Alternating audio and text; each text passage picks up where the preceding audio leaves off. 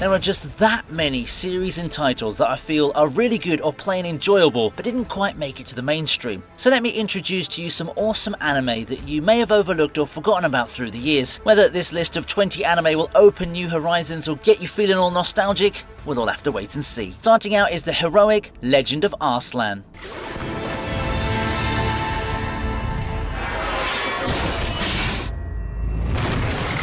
An awesome 2015 show, Arslan is one of the shows that made me love the historical kingdom adventure drama genre. It does help that around that time, I was still feeling the high from both seasons of the Magi, and I also had Yona of the Dawn fresh in my mind. It probably led me to enjoy this story of betrayal, character growth, and war more than I would have otherwise. That's not to mislead you into thinking that I only liked Arslan because I was already inclined to war stories. On its own, Arslan stands out as a strong story of an epic journey of a disgraced prince's redemption. The first episode wasted little time grabbing my attention and giving me emotional stakes for the character. Each episode kept me wanting more, and the gradual yet consistent world building as more mysteries unfold is something to watch out for. The genre is not something that lends itself to being super mainstream, especially when everyone's eyes were on Unlimited Blade Works, Nisekoi and Seraph of the End at this time if I recall. Still, this is a hidden gem you should definitely try.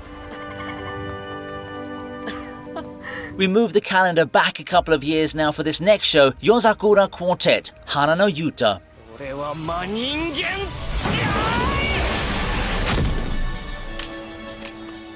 Fall 2013 is a memorable season for me. It was a time when it was harder to count the seasonals I didn't follow, and it was a time Kill La Kill took the world by storm. Do you know what else this season had quite several of? Those supernatural fantasies that take place in a world like our own. I liked all of them that aired at this time, but caught underneath Beyond the Boundary, Strike the Blood, and Tokyo Ravens was this underrated gem. What sets this Yozakura Quartet anime apart from its three other peers is its willingness to take a less than conventional approach, and that much can be evident by comparing all four of their key visuals and posters. The more unconventional approach extends past the visuals and influences the flow of the plot and the overall feel of the characters. It's bizarre, but it's still a really quirky and fun oddball amongst the family if you get the picture. It does a serviceable job at blending in its heavier emphasis on comedy and the shonen-type battles featuring its rather whimsical set of characters. It was the furthest thing from a mainstream hit in its time, but that doesn't mean that it's not worth your time to give this one a shot.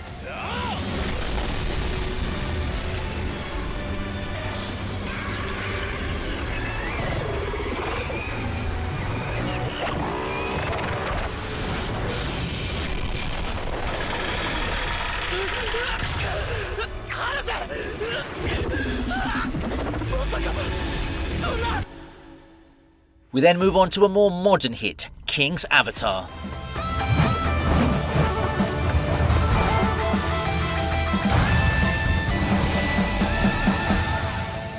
King's Avatar is an interesting example. I feel that it's not exactly as forgotten or niche as the previous two titles, but it does deserve a bit more appreciation. I've enjoyed the recent hit Shangri-La Frontier, and I thought that it would have been cool to have more shows revolving more around the games and gamers themselves, instead of the consequences or what it's like living inside one, an approach past hits like Overlord, SAO or Log Horizon made full use of. King's Avatar had good word of mouth that sure helped its popularity half a decade ago. Esports was also in the process of booming, and it captured some hearts with its story of betrayal and redemption. It all felt like a flash in the pan, however, and that's probably due to it being a Chinese anime and benefiting from the intense mainstream marketing a typical anime gets, like those collabs, those gacha games, voice actor events, you know what I mean. Still, if you're into esports in any way and like the style of plot that has some similarities to what I've said about Arslan, then go check this one out.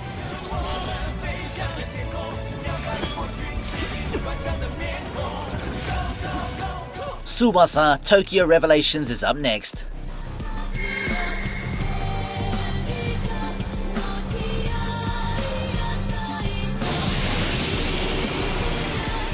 Talk about a nostalgic aesthetic. Clamp really made a name for themselves from the 90s to the 2000s, and one of their interesting gimmicks is how their series like Cardcaptor and Tsubasa Chronicle are connected. A lot of my friends who were fans in that era know of the main anime series of Tsubasa Chronicle, but do you know there's added content in the form of an OVA, one that adapts a manga arc that was somehow skipped? Now that, my friend, is Tokyo Revelations. This might come as a shock to newer fans, but the 2000s was a whole different animal for manga or novel adaptations. The trend didn't apply to everything, but but it was an era with a lot of anime that adapted perhaps an arc or two before they went off the rails and just did their own thing with entire filler arcs or skipped content. Shaman King's 2000s versions had this for one. Tsubasa Chronicle 2 before this 2007 OVA, carrying a noticeably different tone from the main anime, was released. If there's one thing holding me back from recommending this OVA, however, it's the fact that it needs some prior knowledge before watching. You can't just skip to Tokyo Revelations. Then again, if you're interested, you're probably someone who liked the Tsubasa series back then anyway.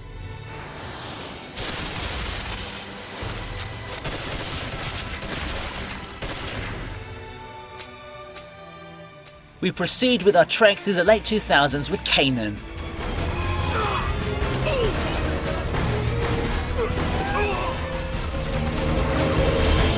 If you've been thirsting for something more akin to a modern thriller, Kanon could be an anime to pique your interest. Set in China and giving us a plot filled with mystery, action and conspiracies, Kanon had the makings of a cult classic back in its time. It's a straightforward tale that doesn't take too long to get going, giving us a fair dose of action film sequences in its 13-episode run, which is actually quite short for the story it wants to tell if I'm being honest. Still, I found myself enjoying most of its 13 episodes as a popcorn flick, buoyed by the thrilling action sequences, explosions and a great dynamic between the two main leads, who play off each other so well. It also feels like a departure from the usual fare we've come to expect from PA Works, so I found myself pleasantly surprised with the results once it was all said and done.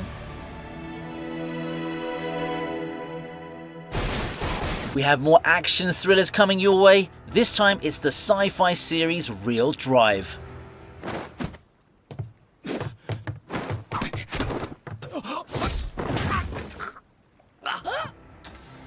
Real Drive seems like a show that was ahead of its time. The prospect of a world being increasingly connected through technology and the harsh consequences of such a reality is something I've always found cool when presented in media. The themes felt relevant in 2024, and this anime's prediction of such an escalation by the time the year 2061 rolls around doesn't seem so far-fetched now, does it? Real Drive is a sci-fi anime that deserves a whole lot of love, but it was hard to stand out back in 2008, especially since it shared the season with freaking Code Geass of all things. There's also Soul Eater, Vampire Knight, and a whole lot of shows that can be recognised by anime fans about to turn 30 now. I have to give Real Drive its flowers though for its world-building chops. The colourful world serves as a nifty contrast to the rather serious underlying themes and the high-stakes operations presented in the show. It takes a while to rev up, but once the ball gets rolling, Real Drive turned out to be a fun watch that was a refreshing take on the whole dependence on technology theme.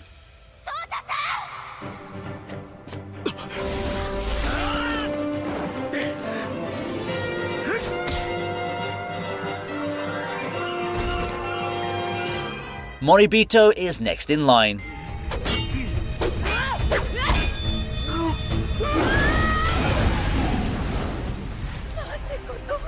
I bet you may not have heard of this underrated anime. Moribito is one of Production IG's hidden gems. While most people nowadays know about the studio thanks to their contribution to bangers like Psycho Pass, you start seeing some potential of what's to come with this 2007 fantasy anime. Moribito is a fantasy novel that takes its audience through what seems to be Indochina, where fans get to follow Balsa and her perilous journey to protect the cursed prince Chagum. Moribito lines up pretty nicely with shows that action anime fans may love. It has great fights, super fluid animation, great voice acting, and a lack of fan service that helps preserve the serious tone that the show's actually going for.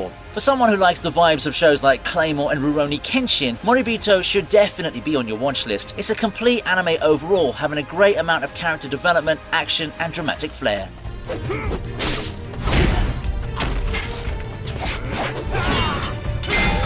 Next up, here's Scissor 7.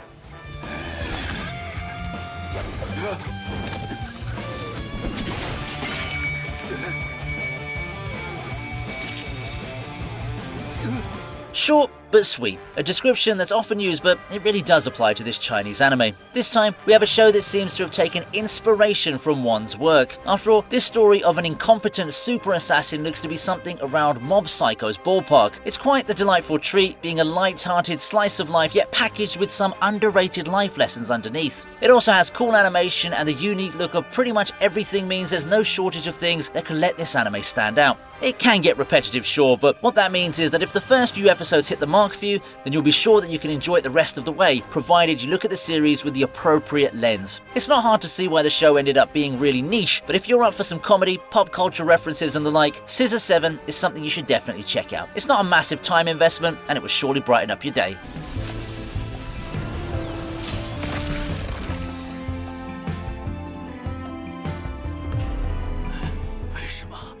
Back to fall 2013, and we go with Arpeggio of Blue Steel Ars Nova.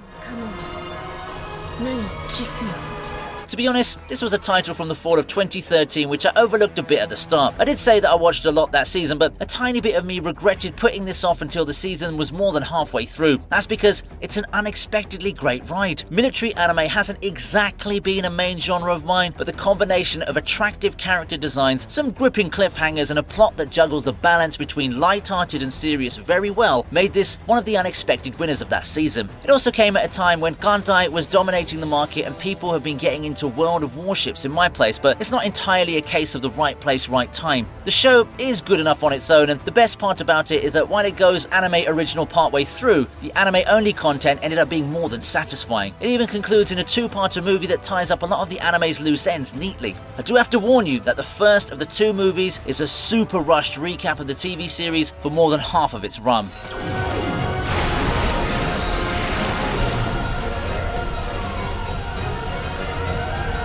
Do you know that Rurouni Kenshin's author dipped his toes into battle-focused shonen too? Here's Buso Renkin.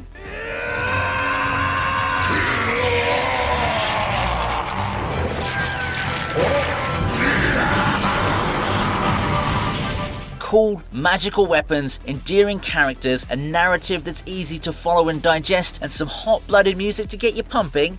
Now that doesn't sound like something you'd expect from the creator of Rurouni Kenshin. In a lot of ways, Buso Renkin provides a different experience, one that's more of the popcorn entertainment type. Now that doesn't mean it's not a good experience, as Buso Renkin is one hell of a fun ride, especially if you're a fan of stuff like Bleach. Or FMA in the Fate series, actually. Sure, Buso Renkin doesn't come anywhere close in terms of thematic depth to those comparison anime, but if you're in for the fights and explosions, you'll have more than a satisfying experience following this series. It doesn't truly become mind-blowingly great from a critical perspective, but it also shows consistency in terms of entertainment factor throughout its multiple arcs. Now, that doesn't seem much in the modern era with all the amazing advancements in animation, presentation, and storytelling. Still, for its time, it's low-key a great entry point for battle shonen if you're gonna ask me. And while it had a bit of popularity for that era, I don't think it would hurt to have more people check this one out even in the modern days.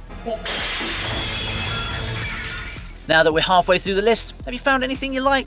Well, don't fret if not, we have 10 more recommendations headed your way. But first, I'd like to get your help with the channel. Just hit the like button and subscribe because it helps a lot in growing this channel further. Thank you. Alright, let's get back to the list. Another modestly popular series back in the previous decade that I enjoyed is Beelzebub.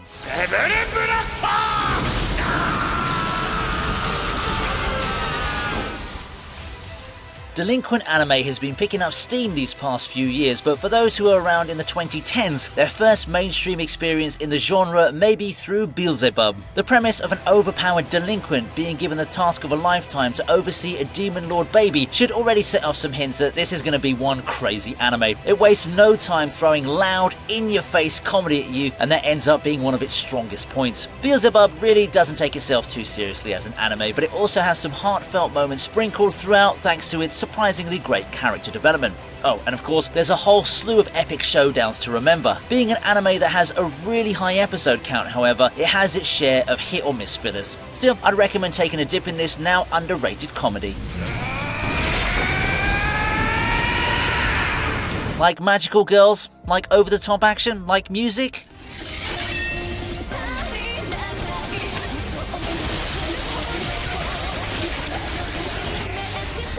Symphogear truly was something. From humble beginnings in 2012, it's endured to be one of the premier magical girl shows out there, with each season getting more and more epic than the previous. It combines a lot of action, character development, and ever-increasing stakes while dressing everything up in sci-fi makeup and heavily integrating musical performances into it. It's quite the brave combination of genres back in the 2010s, but I'd say it turned out way better than expected for this smash hit that got 5 whole seasons. It's not exactly the deepest show out there, but if you're in for some over-the-top battles with unexpectedly peak hype levels, then this one's gonna please you. If you're part of the anime fan community who's invested in voice actresses and their performances, then this one is a must-watch. Granted, I feel Symphogear is pretty popular for all it's worth. However, I think that it's a title that people in communities often overlook, hence its inclusion here. That's possibly due to the rough beginnings and a stigma on how well sci-fi power armor, idol performances, and magical girls can work together. Trust me though, starting the ride and powering through the first part is something you're not going to regret. For the subsection of anime fans who are into Japanese history, however, I've got Sengoku Basara for you.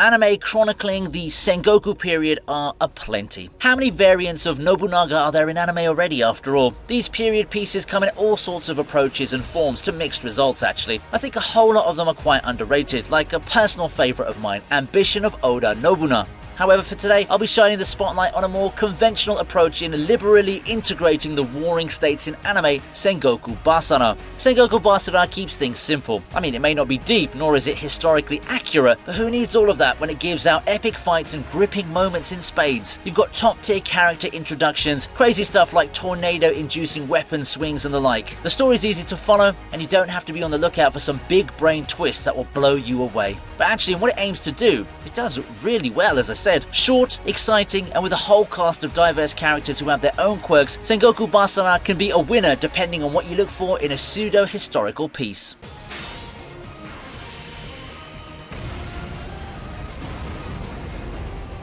It's time to feature Kassen Sins.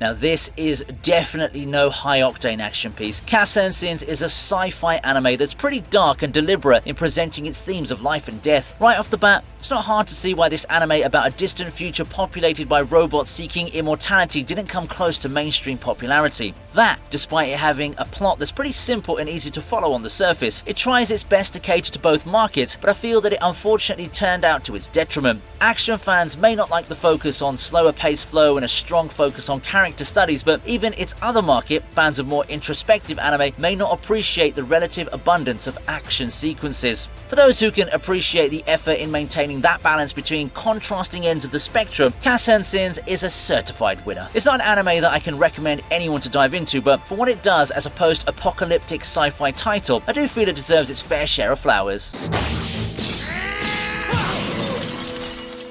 If you're wanting an anime with strong Western influences though, may I introduce you to 2021's Super Crooks.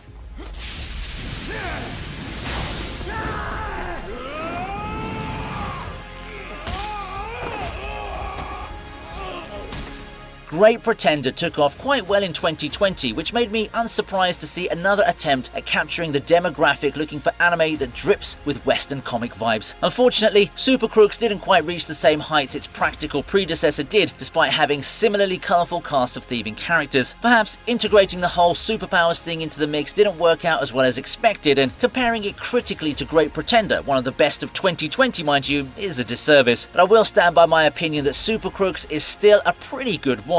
The action is good, the animation's solid, and the characters ooze charisma. All this is supported by a vibrant art style that really captures what the anime is going for in terms of atmosphere and vibe. Its pacing can be hit or miss, but when it hits its highs, I'd say that it's one of the more pleasantly entertaining shows you pick out from late 2021. Another newer title that I feel goes around being underrated is High Card.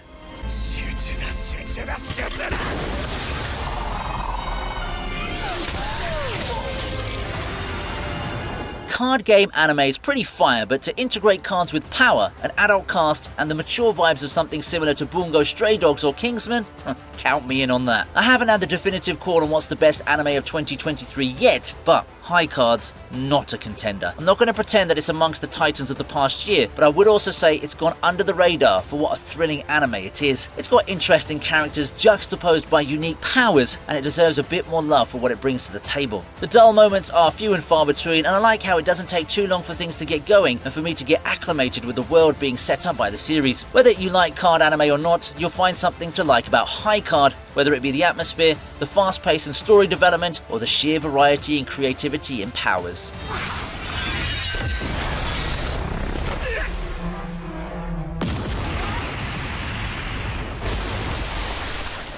Gundam Iron-Blooded Orphans is next on the list.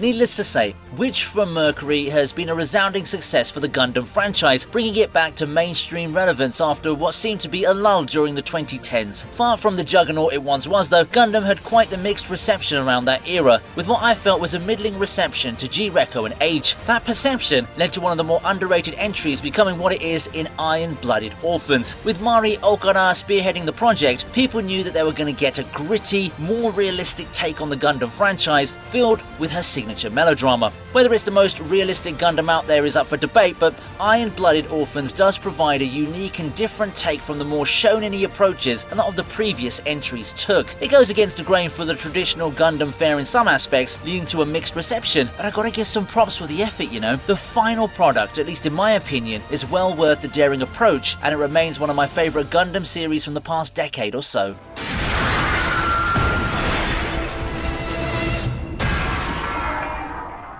We go back to another recent anime in Helk.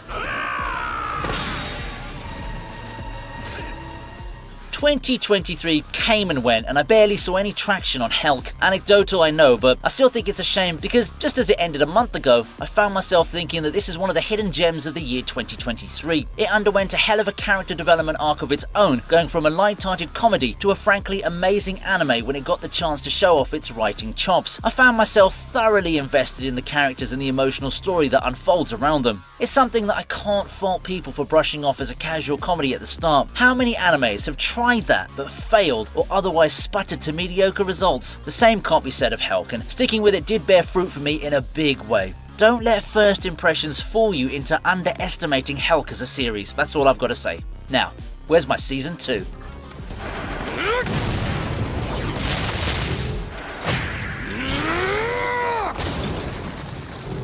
As we reach the tail end of the list, I'd like to give some love to Space Battleship Yamato 2199.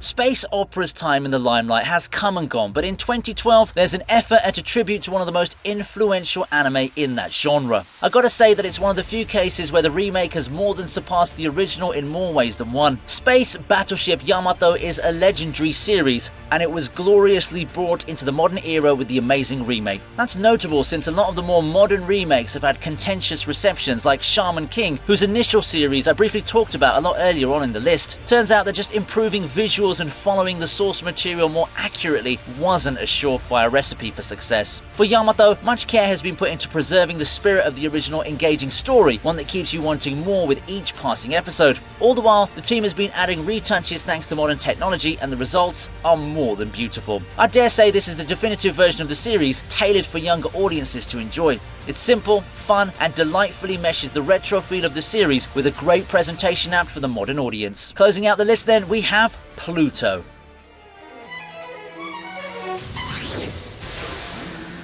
If this isn't your first time on this channel, and you've watched a couple of my videos in the past few months, then you'd undoubtedly run into one of the many videos where I talk up Pluto. My trust in it isn't unfounded, and I think it nails the mark in terms of my expectations. On the other hand, I also feel it's underrated and not popular enough for how good it is. The storytelling, the presentation, and the underlying themes are amazing. It has no shortage of thrills and emotional impact. It's not surprising that it didn't become mainstream though. There's the whole streaming batch release schedule that kills hype, in my opinion, and there's an overall focus on the introspective side of things and not a whole lot of amazing fight sequences where people get excited on social media over breathtaking animation. Pretty much everything about Pluto was spectacular if you know what it set out to do and to come in with the proper expectations. If you're looking for something deeper and has a style way different from the usual battle series, teenager rom-coms, or high fantasy anime fare, then Pluto is going to be my top recommendation for you. なんだがっかりだよ。君と僕は同じ神の領域にいると思ったのに。